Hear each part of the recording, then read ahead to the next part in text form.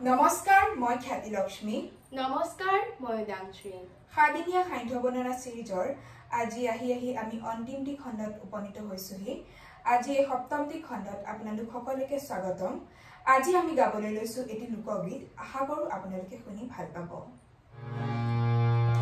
Hari Dev Damodar Shankar Madhav